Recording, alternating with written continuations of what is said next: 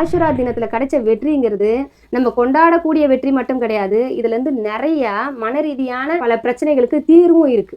ஏன்னா நமக்கு எவ்வளோ பெரிய பிரச்சனைகள் வேணா வரலாம். அதாவது நம்ம பிரச்சனை முன்னாடியும் பின்னாடியும் சூழ்ந்து நம்மள இருக்கலாம். இப்போ நம்ம நல்லா நினைச்சு பார்க்கணும், ஃபிர்அவுனை விட ஒரு பெரிய பிரச்சனை இருக்கா? அதாவது நம்ம அவங்கிட்ட இருந்து தப்பிச்சா நம்ம கடலுக்குள்ள விழுந்து செத்துருவோம். இந்த மாதிரி ஒரு சூழ்நிலை, இதை விட ஒரு பயங்கரமான சூழ்நிலையில யாராவது நம்ம நிக்கிறோமா? யாருக்குமே அந்த மாதிரி சூழ்நிலைலாம் வரல. ஆனால் முன்னும் பின்னும் பிரச்சனைகளில் இருந்தும் மூசா அலைஹிஸ்ஸலாமுடைய ஈமான் எப்படி உறுதியாக இருந்தது? ஏன்னா அவங்க கூட இருந்தவங்க என்ன சொன்னாங்க?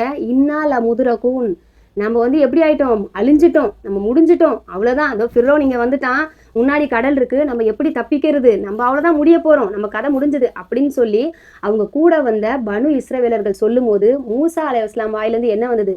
கால கல்லா இன்ன மைய ரப்பி ஷயஹ்தீன், இல்லை என்னுடைய ரப்பு என்னோட இருக்கான், அவன் எனக்கு வழிகாட்டுவான். இந்த ஒரு நம்பிக்கை நமக்கு இருக்கா? ஏன்னா எந்த மாதிரி நேரத்தில் அவங்க சொல்கிறாங்க, முன்னாடி கடல் இருக்குது இல்லையா, அந்த கடலில் அவங்க விழுந்துடணும், இல்லை பின்னாடி போனால் அந்த ஃபிர்அவுனுடைய படைக்கிட்ட மாட்டிக்கணும். ஆனால் அந்த மாதிரி நேரத்தில் அவங்களுக்கு என்ன வருது? எனக்கு பிரச்சனைகள் சமீபமாக இருக்கலாம், ஆனால் அதை விட சமீபமாக இருக்கிறவன் யார்? என்னுடைய ரப்பு.